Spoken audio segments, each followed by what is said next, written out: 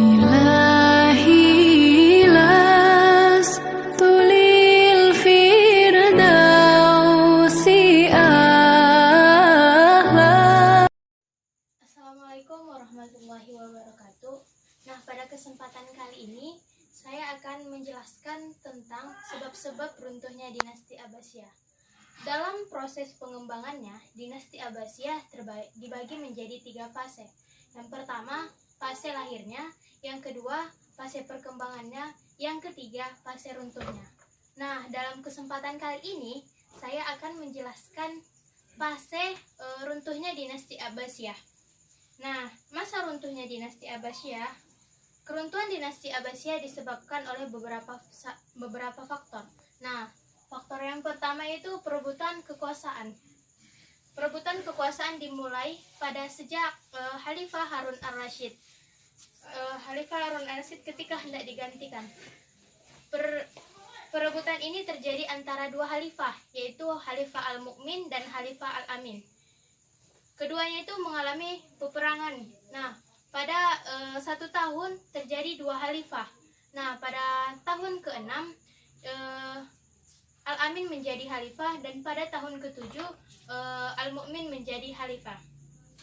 Nah, yang kedua, balas dendam. Balas dendam ini dilakukan oleh dinasti Umayyah, di mana dinasti Umayyah masih memiliki rasa dendam terhadap dinasti Abbasiyah. Dan pada saat itu terjadilah pemberontakan antara 2 dinasti tersebut. Nah, yang ketiga, adanya perilaku amoral oleh pengusaha dan pembesar istana.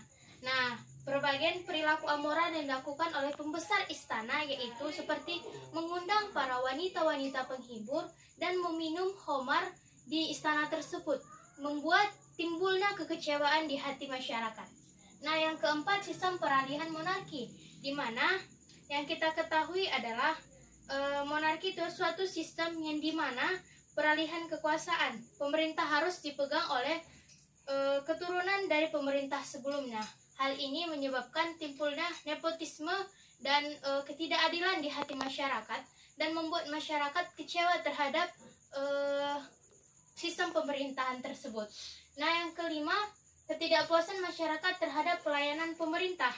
Pada saat itu, Bani Abbasiyah yang mementingkan diri sendiri dan berfoya-foya, dan hal ini menyebabkan munculnya kekecewaan di hati masyarakat dan memunculkan pemberontakan. Nah, keruntuhan dinasti Abbasiyah disebabkan oleh 2 faktor. Yang pertama, faktor internal, dan yang kedua, faktor eksternal. Nah, yang pertama kita jelaskan yaitu faktor internal atau faktor yang berasal dari dalam pemerintahan. Nah, yang pertama, sistem monarki. Seperti yang faktor sebelumnya, penyebab terjadinya pengangkatan 2 khalifah dalam satu pemerintahan dan terjadilah perebutan kekuasaan di kerajaan tersebut. Nah, yang kedua, banyaknya perilaku amoral yang dilakukan oleh khalifah, yang dimana dilakukan oleh khalifah seperti mengadakan pesta-pesta besar dan mengundang para wanita-wanita penghibur dan meminum khamar, dan menyebabkan banyaknya masyarakat yang kecewa dan menimbulkan pemberontakan sehingga banyaknya masyarakat yang memisahkan diri dari pemerintahan tersebut. Nah, yang kedua, faktor eksternal. Yang pertama dari faktor eksternal yaitu Abbasiyah yang terlalu luas. Nah, wilayah Abbasiyah yang terlalu luas ini menyebabkan sulitnya pemerintahan menjangkau daerah-daerah yang terlalu jauh dari tempat pemerintahan. Penyebaban ketidakperhatian pembangunan dan menyebabkan banyaknya daerah yang ingin memisahkan diri. Nah, yang kedua, perang salib.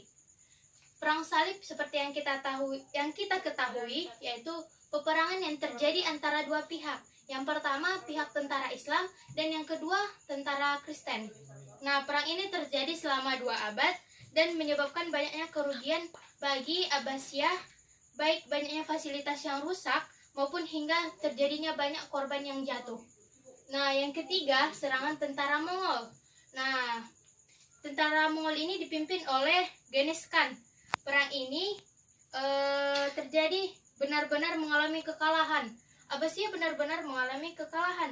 Bahkan Baghdad yang menjadi pusat peradaban Abbasiyah juga di bumi hanguskan. Hal ini menyebabkan kehancuran Bani Abbasiyah semakin besar. Nah, yang terakhir berdirinya Turki Utsmani. Pada awalnya Turki Utsmani datang ke Abbasiyah ingin memberikan pertolongan kepada Bani Abbasiyah. Namun pada akhirnya malah Turki Utsmani membawa kehancuran bagi Abbasiyah. Nah, hal ini disebabkan terjadinya pemberontakan antara Turki Utsmani dengan Bani Abbasiyah, dan terjadilah peperangan antara mereka dan Abbasiyah pun mengalami kekalahan. Nah, setelah itu hingga akhirnya Turki Utsmani berdiri menggantikan dinasti Abbasiyah. Nah, sekian dari penjelasan saya. Nah, yang saya tarik dari kesimpulan sebab-sebab runtuhnya dinasti Abbasiyah itu ada dua, faktor internal dan faktor eksternal yang menjadi faktor utamanya. Nah, sekian dari penjelasan saya, Fatma Isa. Kurang dan jangkalnya saya mohon maaf. Wabillahi taufiq wal hidayah. Assalamualaikum warahmatullahi wabarakatuh.